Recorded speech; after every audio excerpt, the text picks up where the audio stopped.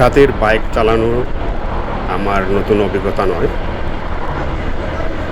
এর আগেও আমি অনেক বাইক চালিয়েছি, রাতের বেলা লং ট্যুর করেছি, কিন্তু আজকের মতো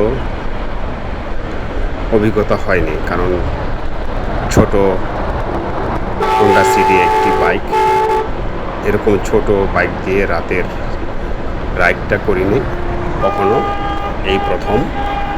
তার জন্য এটার একটা নতুন অভিজ্ঞতা পাকুড়িয়া।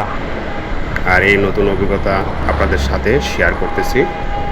আর অনুভূতি অন্যরকম, কারণ ছোট্ট একটা বাইক, এটা দিয়ে আস্তে আস্তে করে বাইক চালাতে হয়, গতি নিয়ন্ত্রণ করে। কারণ হালকা পাতলা বাইক, এটা জোরে চালাতে গেলে পরে কন্ট্রোল হারিয়ে যাবে, আর কন্ট্রোল করা যাবে না রাত্রেবেলা।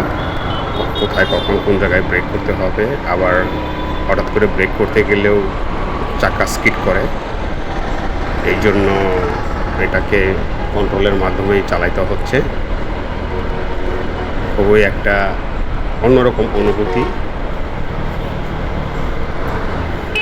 তো বন্ধুরা, ভালো থাকেন, সুস্থ থাকেন, আর আমার রক ট্রাভেলার্স চ্যানেলকে সাবস্ক্রাইব করে লাইক শেয়ার করে দিবেন, কমেন্টস করবেন কেমন লাগছে। আর আপনারাও যদি রাতের এইভাবে অন্ধকারে বাইক চালিয়ে থাকেন, তার অনুভূতি এবং অভিজ্ঞতা জানাবেন। আমার কাছে আজকের রাতটা খুবই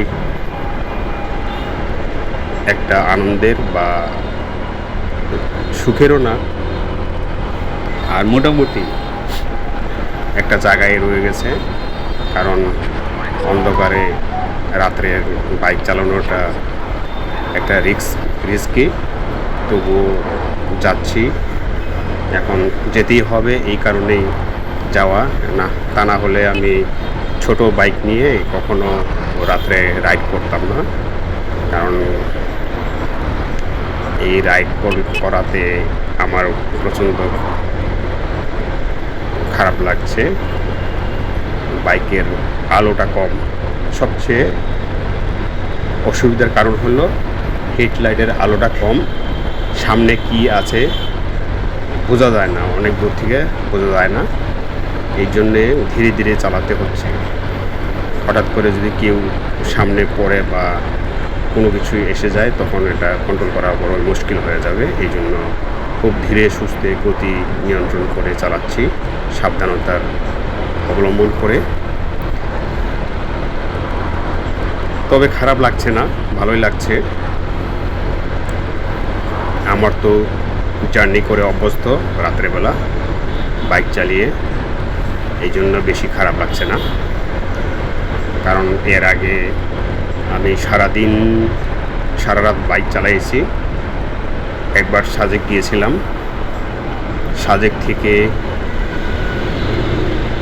রাঙামাটি হয়ে খাগড়াছড়ি হয়ে রাঙামাটি হয়ে বান্দরবন ঢুকেছি, বান্দরবন থেকে নীলগিরি হয়ে আলীকদম হয়ে বের হয়ে তারপরে ঢাকায় এসেছি। সারা রাত বাইক চালিয়ে তারপরে চলে আসছি ঢাকায় ভোর 5টার সময়। এরকম অভিজ্ঞতাও আছে আমার, এই জন্যে বেশি কষ্ট হয় না।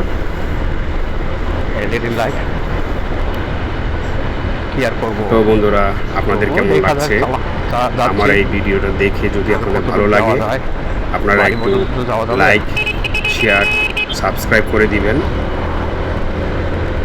আর আমার মতো ছোট এই ইউটিউবারকে একটু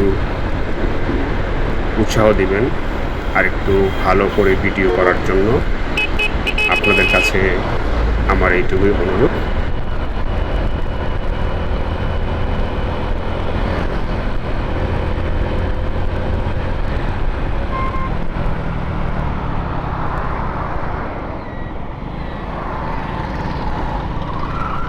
যেভাবে গাড়ি প্রাইভেট কারগুলো আসে এখানে তো ভালো না, চাপা রাস্তা। তারপরে মানুষজন যেভাবে থাকে, ভ্যান গাড়িগুলো যেভাবে থাকে, ওই যে মনে জানে বাবা একটা রাস্তা লুঙ্গি তুইলে এক একজন ওই যে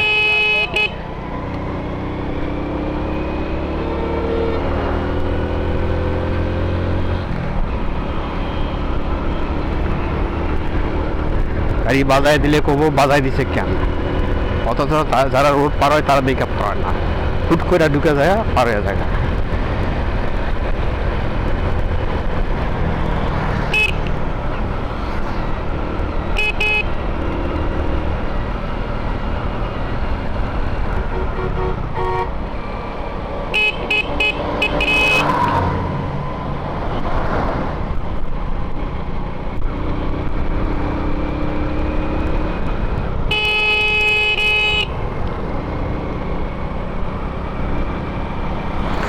তো বন্ধুরা, আজ এই পর্যন্তই। আপনারা ভালো থাকবেন, সুস্থ থাকবেন এই কামনা করি। আবার কোথাও কোনো জায়গায় নতুন ভিডিওতে আপনাদের সাথে সাক্ষাৎ হবে। Tata, bye bye. গাঙ্গায় রাইখা বসে